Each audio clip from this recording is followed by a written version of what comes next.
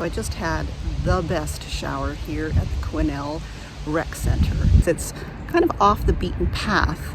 You have to find a map to be able to find it. There's probably signs on the highway, but I followed the iOverlander map to get here. They are very welcoming to RVers and car campers, van lifers.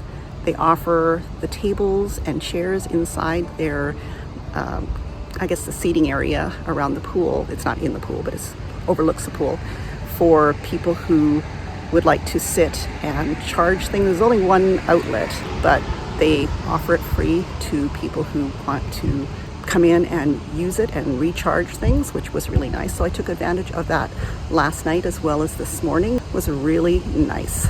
These are the kind of places that are really good finds when you're traveling and you are off-grid and trying to save money by not paying for RV parks. We had a really peaceful night here. It was probably one of the best sleeps I've had so far. We're in Quesnel and we're going to walk through the Pioneer Cemetery to see if there are any interesting gravestones. This is an interesting headstone. It's a rock that has had the brass plates sort of embedded in the side of it. This is really a pretty spot. Here's another interesting headstone. It looks like the bottom of a tree.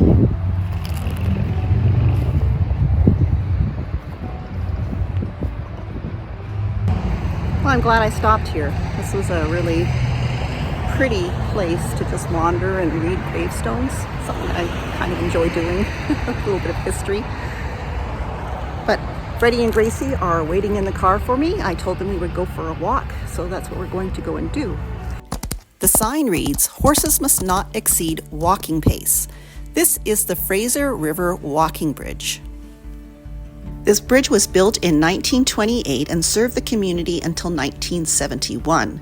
They put the sign up early on because they thought that galloping horses going across the bridge might cause enough vibration to loosen things up, because this is a Howe truss bridge and it's held together by tension and compression rather than bolts.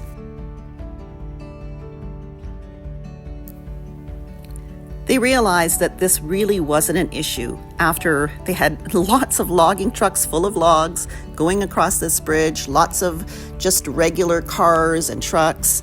It was a well-used bridge. They eventually built a brand new bridge, which now is being used, and this one became a heritage bridge. And it's a really beautiful structure with gorgeous views and a nice walk across the Fraser River. Well, that was something I have been wanting to do for years. We've never had the time to be able to stop here and cross that walking bridge across the Fraser. Finally got to do it. Our next stop was the Quesnel Museum and Visitor Centre. There we met Mandy, the haunted doll, and followed the case of the unsolved mystery in Quesnel. Mandy came to the museum in 1991.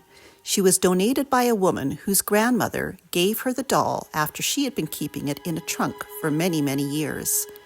The woman decided to donate it because it was very fragile, and honestly, the doll gave her the creeps. After Mandy took up residence at the Quesnel Museum, strange things began to happen. A room in the museum that was left neat and tidy in the evening was found to be a total disaster the next morning, as if a child had a temper tantrum in it. Staff lunches disappeared and were later found inside drawers. People said they felt like Mandy's eyes were following them as they passed by her case. And a little lamb that was put into her case to keep her company was found on the floor outside of the locked case one morning. You can find lots of information on Mandy, the haunted doll, on the internet, but the museum also has videos of different shows that have featured Mandy. She even traveled to New York City to be on the Montel Williams show. There are so many beautiful exhibits in the Quesnel Museum, and one way to wander around the museum is to follow the case of the unsolved mystery. The Haldens were a newly married couple living a few miles from Quesnel, known for their regular trips into town and friendly but reserved personalities. The family was well liked. Ada had married Arthur Halden in 1919, and the two, along with Ada's 14-year-old stepson Stanley, moved to Quesnel to continue farming.